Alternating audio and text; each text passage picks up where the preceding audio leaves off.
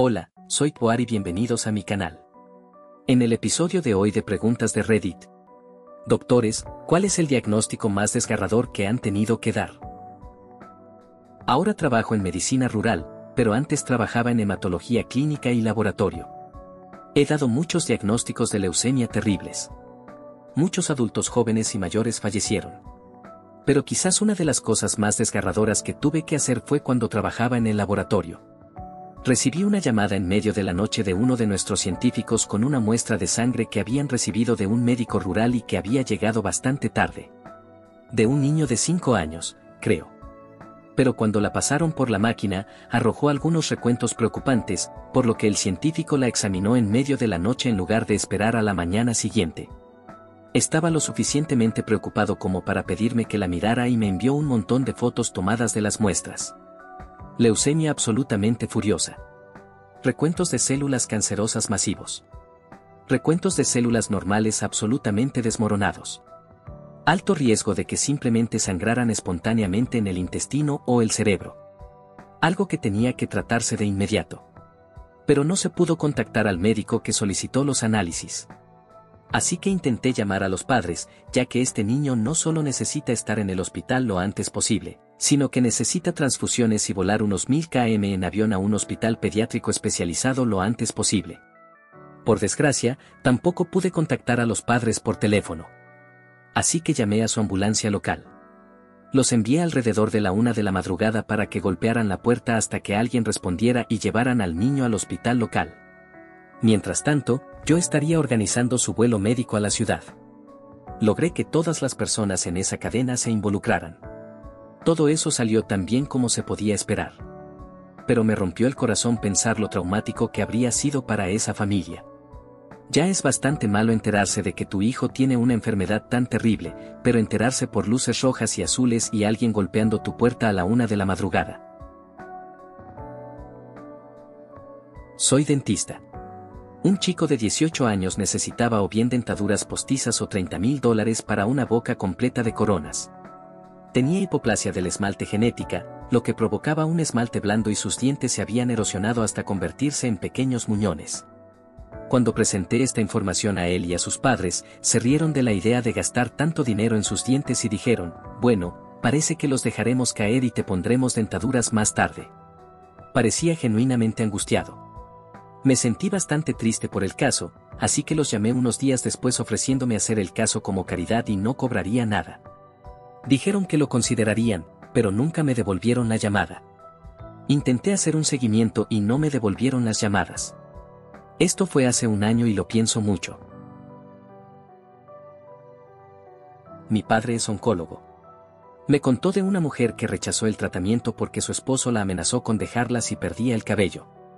Él era la única familia que tenía y no quería perderlo. Mi padre intentó razonar con ella. Le preguntó si podía hablar con su esposo, que no había asistido a las pocas citas a las que ella había asistido. Pero ella se negó y desapareció durante unos 6 meses. Luego regresó porque había comenzado a declinar físicamente y su esposo la había abandonado. Quería tratamiento, ya que en ese momento no tenía nada que perder.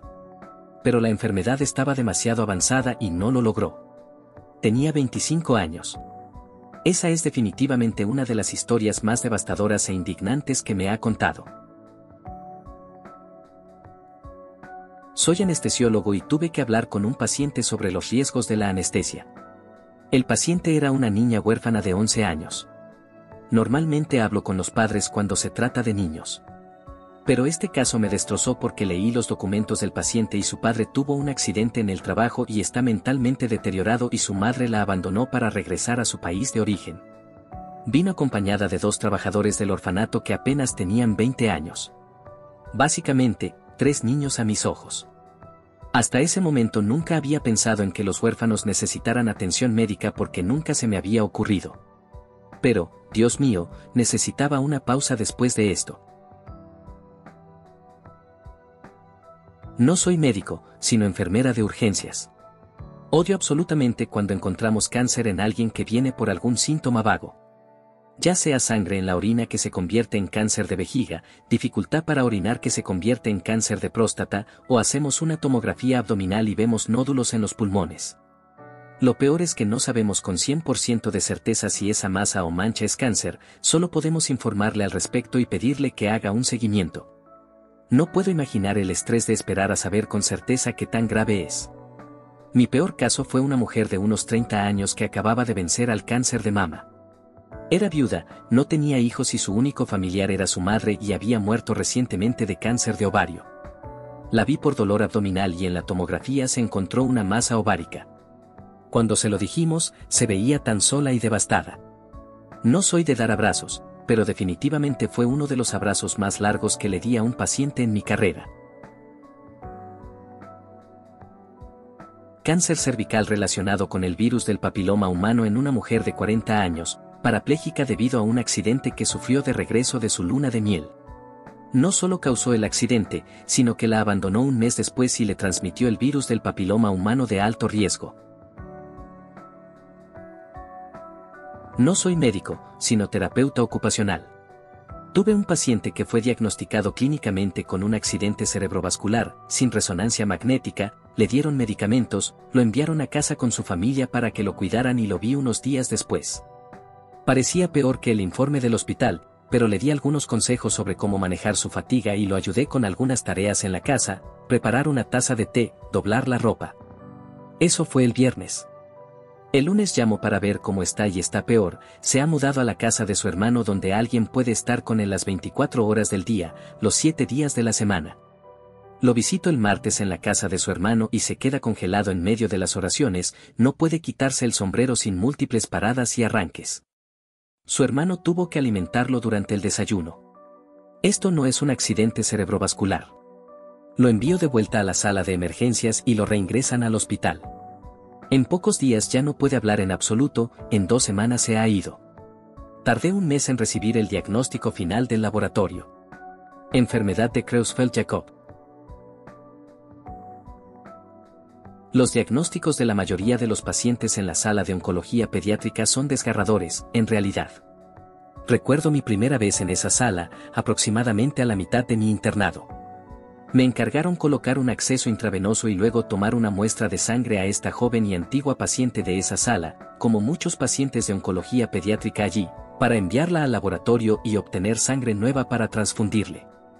Para empezar, colocar un acceso intravenoso ya es mucho más difícil en los niños que en los adultos, y si los niños están caquécticos, son muy pequeños y les han pinchado las venas durante años y años para el tratamiento, entonces esa tarea se vuelve exponencialmente difícil.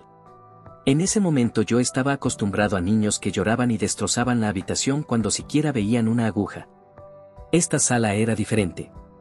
El hecho de que yo fuera más o menos un médico recién salido de la universidad debe haber parecido que estaba notablemente ansioso porque esta paciente me miró fijamente a los ojos y con la mayor calma me dijo: «Doctor, no se preocupe. No voy a pelear.